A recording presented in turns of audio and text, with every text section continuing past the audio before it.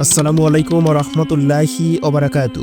নফস হলো মানুষের অন্তরের সবচেয়ে শক্তিশালী শত্রু, যা সবসময় তাকে পাপের দিকে ঠেলে দেয়। এটি আমাদের ইচ্ছা এবং আকাঙ্ক্ষার উৎসাহ, যা কখনো কখনো মানুষকে ভুল পথে পরিচালিত করে। আল্লাহ তাআলা পবিত্র কোরআনে বলেন, নিশ্চয় নফস অত্যন্ত প্রলোভনকারী। যখন মানুষ নফসের প্রতি অনিয়ন্ত্রিত থাকে, তখন সে সহজেই বড় বড় ভুল করতে পারে। খোদা, কাম, অহংকার এবং লোভ, এই সব কিছু নফসের হাতিয়ার। এটি মানুষের ঈমানকে দুর্বল করে। কখনো কখনো নফসের প্রভাবে মানুষের নৈতিক ভাব পতিত হয়।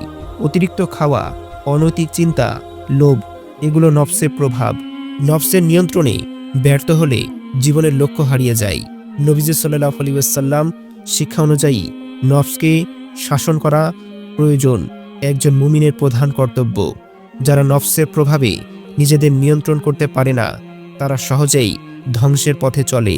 নফস মানুষের অন্তরের অন্ধকার, যা কেবল ব্যক্তিগত ক্ষতি নয়, সামাজিক এবং মানসিক ক্ষতি দেয়। তাই নফসকে চিনে এবং তার ভয়ঙ্কর প্রভাব বোঝা অত্যন্ত গুরুত্বপূর্ণ। আজকে আমরা শিখব কিভাবে নফসকে নিয়ন্ত্রণ করা যায় এবং সত্যিকারের শান্তি পাওয়া যায়। নফসকে শাসনের প্রথম ধাপ হলো আত্মসমালোচনা এবং সচেতনতা। প্রতিদিন নিজের কাজ এবং চিন্তা নিয়ে মনন করা খুবই জরুরি। যেসব কাজ নফস চাই সেগুলো চিনে নিন এবং সেগুলো এড়ানোর চেষ্টা করুন। নিয়মিত নামাজ আদায় করুন, তওবা করুন এবং ধ্যান নফসকে শান্ত করতে সাহায্য করে। পবিত্র কোরআন পাঠ এবং হাদিসের স্মরণ নফসের শক্তি কামায়। নিজের ইচ্ছাকে ছোট ছোট ধাপে নিয়ন্ত্রণ করার অভ্যাস গড়ে তুলুন। ক্ষুধা কমানো, মানসিক শান্তি আনা এবং কম কথা বলা এবং কম খাওয়া অত্যন্ত কার্যকর। মনের ইচ্ছা এবং কামনা চ্যালেঞ্জ করুন এবং অনৈতিক চিন্তা এলে তা দ্রুত পরিবর্তন করার অভ্যাস তৈরি করুন। সময়কে সঠিক কাজে ব্যয় করুন। অলসতা নফসকে উস্কানি দেয়।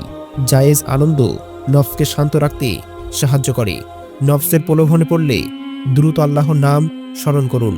নিয়মিত রোজা নফসের শাসন শেখায়। ভালো সঙ্গ নফসকে সৎ পথে রাখে। ধৈর্য এবং নিয়মিত চর্চা ছাড়া নফসকে আয়ত্তে আনা সম্ভব নয়।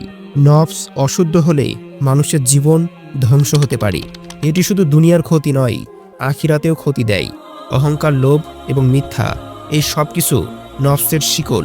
যারা নফসকে নিয়ন্ত্রণ করতে ব্যর্থ, তারা সহজেই পাপে জড়িয়ে যায়। এটি বন্ধুত্ব, পরিবার এবং সমাজকেও ক্ষতিগ্রস্ত করে। নফসের প্রভাব মানুষের অন্যায়ে উৎসাহী হয়। নিজের ক্ষতি সত্ত্বেও অনেক মানুষ নফসের প্রতি আস্থা রাখে। নবীজি সাল্লাল্লাহু আলাইহি ওয়াসাল্লাম নির্দেশ, নিজেকে শাসন করো, নফসকে নয়। যারা নফসের প্রভাবে চলবে তাদের ঈমান দুর্বল হবে। নফসের নিয়ন্ত্রণ ব্যর্থ হলে আধ্যাত্মিক অন্ধকার ছায়া ফেলে। পাপের দিকে ধাপিত হওয়া মানে নিজের জীবনের উপর শিকল পরানো। নফস মানুষের অন্তরের আগুন, যা যতক্ষণ নিয়ন্ত্রণে থাকবে না ততক্ষণ শান্তি আসবে না। সতর্ক থাকুন, নফসই সবচেয়ে বিপজ্জনক শত্রু। তাই নফসকে চিহ্নিত করে সাবধানে নিয়ন্ত্রণ করা জরুরি। নিয়মিত নামাজ এবং কোরআন তেলাওয়াত করা নফসকে শান্ত রাখে। রোজা এবং লোভ সীমিত করার অভ্যাস নফসকে আয়ত্তে আনে। সৎ চিন্তা এবং সৎ কাজের অভ্যাস গড়ে তুলুন। পাপের প্রলোভন এলে তা দ্রুত তওবা এবং দুয়ার মাধ্যমে দূর করুন। ভালো মানুষের সঙ্গে সময় কাটান এবং খারাপ প্রভাব এড়িয়ে চলুন। ধ্যান এবং আত্মসমালোচনার মাধ্যমে নিজের নফসকে চিনুন। দৈনন্দিন জীবনে ছোট ছোট নিয়ন্ত্রণ চর্চা করুন।